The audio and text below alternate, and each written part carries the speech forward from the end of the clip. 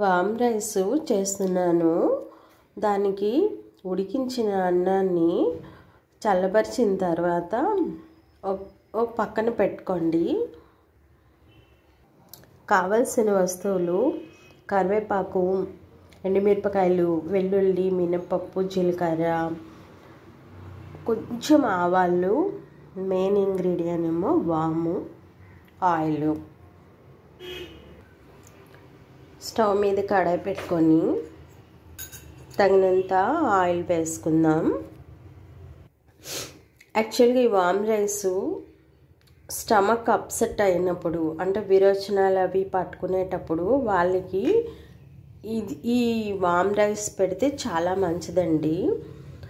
వాళ్ళకి వేసినప్పుడు నచ్చితే ఆవాలు వాళ్ళకి వేయచ్చు, లేకపోతే లేదు.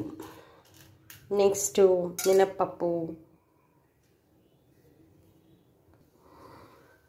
మినప్పప్పు, జీలకర్ర కూడా వేసి కొద్దిగా వేయించుకోవాలి.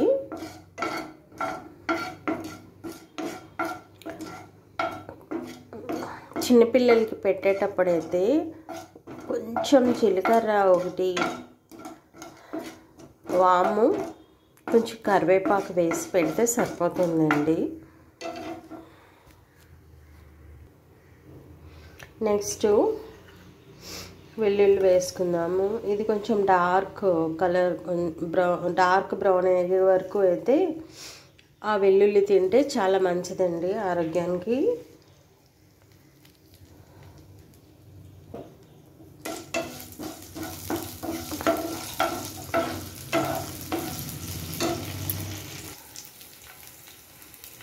వెల్లుల్లి అయితే పచ్చి వాసన అయితే పోవాలండి.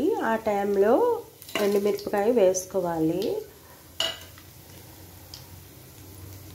నచ్చితే మీరు కొంచెం 1-2 ఎక్స్ట్రా వేసుకోవచ్చు.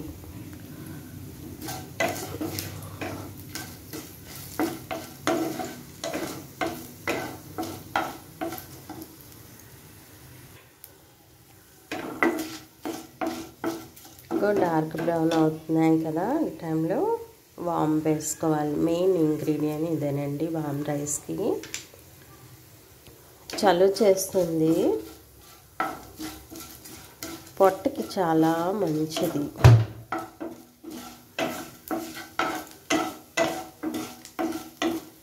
ఈ టైంలో కాస్త సాల్ట్ వేసుకోవాలి.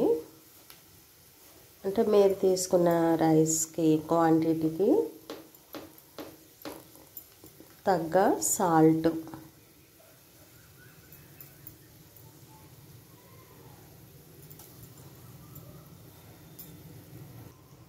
సాల్ట్ వేసి కలుపుకున్న తర్వాత కొంచెం రైస్ వేసుకుంటూ కలుపుకోవాలండి.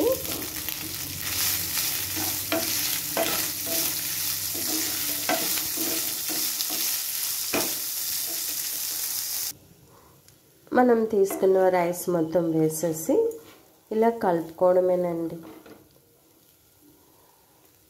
వేడివేడిగా మంచి వామ్ రైస్ రెడీ. టేస్ట్ చూసి ఎలా ఉందో చెప్పండి, కామెంట్ చేయండి. Please subscribe our channel.